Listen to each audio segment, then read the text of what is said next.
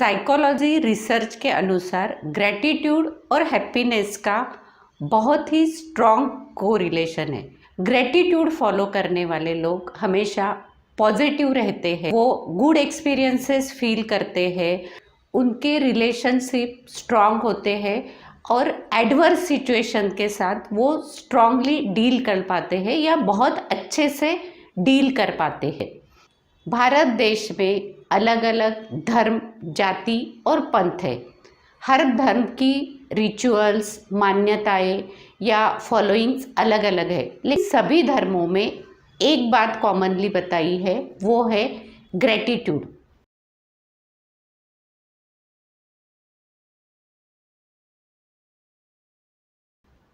Roasted corn खाते वक्त या आम खाते वक्त अगर कोई छोटा सा पीस या फाइबर हमारे दांतों के बीच अटक जाता है तो क्या होता है कि हमारी टंग बार बार वहाँ पे जाती है, वो दांतों को सहलाती है या वो पीस निकालने की कोशिश होती है।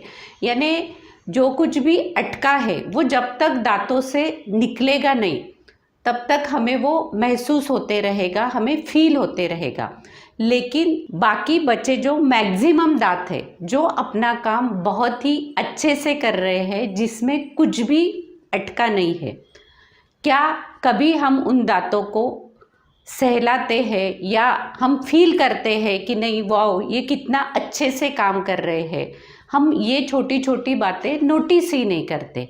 हमें लगता है ये तो होता ही है, इसमें क्या बड़ी बात है। टेकन फॉर ग्रांटेड लिया जाता है इन चीज़ों को।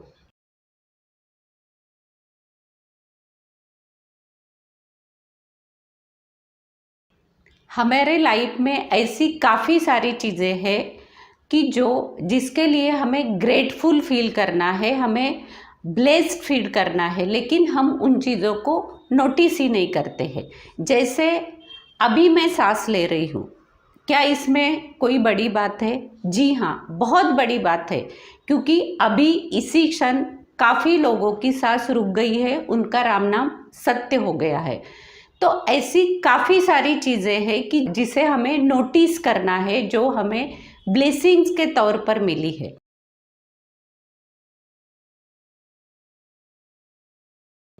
अभी हम में से काफ़ी सारे लोग बोलेंगे कि हमारे लाइफ में तो कुछ अच्छा है ही नहीं, हमें जो मिला है कुछ बहुत बड़ा या ग्रेट कुछ मिला नहीं है। आइए समझ लेते हैं या देख लेते हैं कि कैसे अपना नज़रिया हमें बदलना है। हम सब मानव है, अभी मानव जन्म ये अपने आप में बहुत बड़ी ब्लेसिंग है। नहीं तो यूनिवर्स हमें कुत्ता, बिल्ली, छिपकली, गधा कुछ भी बना सकता था, लेकिन हमें मानव जन्म दिया गया है। क्या इसके लिए हमें ग्रेटफुल होना चाहिए? ज़रूर होना चाहिए। नेक्स्ट स्टेप, हमें कंप्लीट फिजिकल बॉडी मिली है।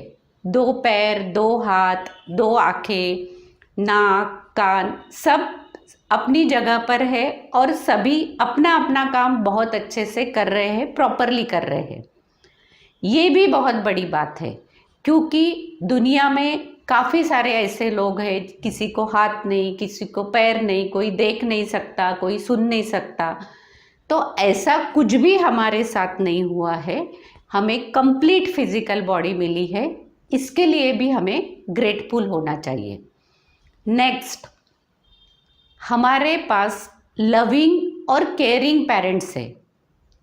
ये भी बहुत बड़ी उपलब्धि है, क्योंकि दुनिया में हजारों अनाथ बच्चे हैं कि जिन्हें अपने माँ बाप का पता ही नहीं, जन्म से ही वो किसी अनाथ आश्रम में पल रहे हैं। तो हमारे पेरेंट्स के लिए भी हमें यूनिवर्स का ग्रैटिट्यूड अदा करना चाहिए। काफ़ी लोग खाना खाते वक्त कंप्लेंट करते हैं, इसी में नमक कम है, ये सब्ज़ी अच्छी बनी नहीं, इसका टेस्ट अच्छा नहीं। हम दोनों टाइम बहुत अच्छे से खाना खा रहे हैं, लेकिन दुनिया में ऐसे भी लोग हैं जिन्हें एक वक्त का खाना भी नहीं मिलता है। तो हमें हमारा फोकस हमारे पास क्या है, हमारे लाइफ में हैपनिंग क्या है, अच्छा क्या है, इसी पे सेट करना है। जब हम कंप्लेंटिंग मोड में जाते हैं, सिचुएशंस के बारे में, लोगों के बारे में, चीज़ों के बारे में, तब हम हमारा फोकस निगेटिव साइड में करते हैं। लेकिन जब हम हमारे पास क्या अच्छा है, हमारे लाइफ में क्या अच्छा हो रहा है, हमारे आजू बाजू में कौन अच्छे लोग हैं, हमारे साथ फेवरेबल सिचुएशंस कैसे हमारे साथ हो रही है, या अपॉर्चुनिटीज़ हमें कैसे मिल रही है, इन सब चीज़ों पर जब हम फोकस करते हैं तो हम हमारा फोकस पॉजिटिव साइड में सेट करते हैं।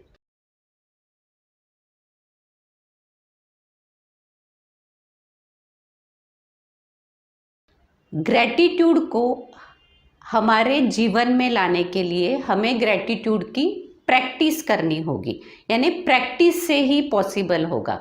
ग्रैटिट्यूड प्रैक्टिस के लिए हमें ग्रैटिट्यूड जर्नल बनाना होगा।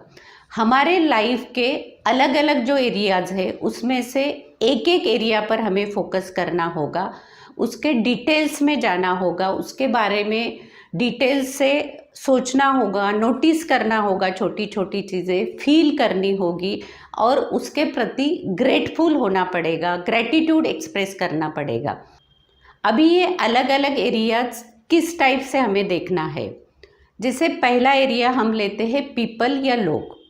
हमारे लाइफ में कौन से लोग हैं जिनके प्रति हमें ग्रेटफुल होना है या हम खुद को ब्लेस्ड महसूस करते हैं, जो वो लोग हमारे लाइफ में होने की वजह से।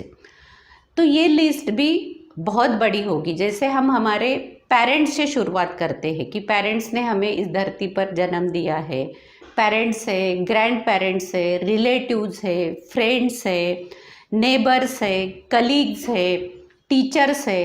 तो ऐसी ये अनएंडिंग लिस्ट होगी कि जिनके प्रति यानी हमारे लाइफ में जिनका कुछ न कुछ योगदान है, जिन्होंने हमारे लाइफ को ब्यूटीफुल और अच्छा बनाया है।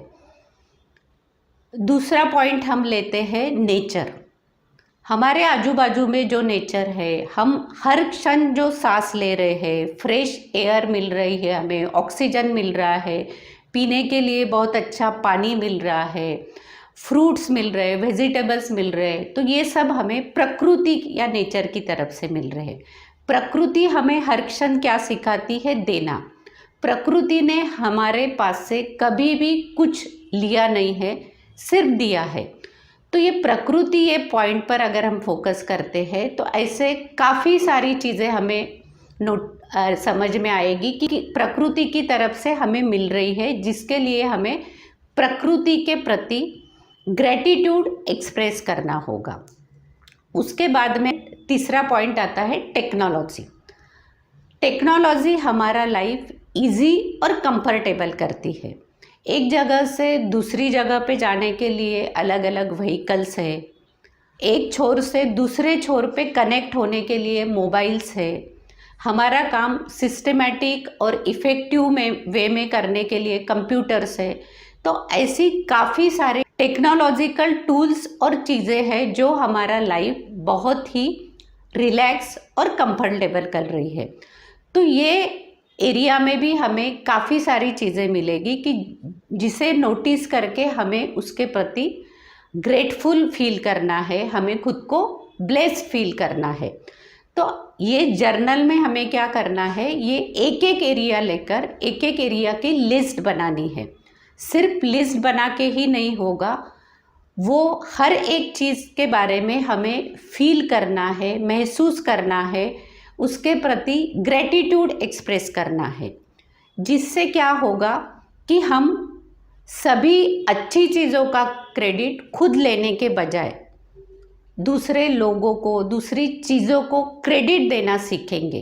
अपने आप से बाहर आकर इस सुप्रीम पावर का इन्फ्लुएंस मानने लगेंगे, सुप्रीम पावर को मानने लगेंगे, दूसरों के बारे में सोचने लगेंगे।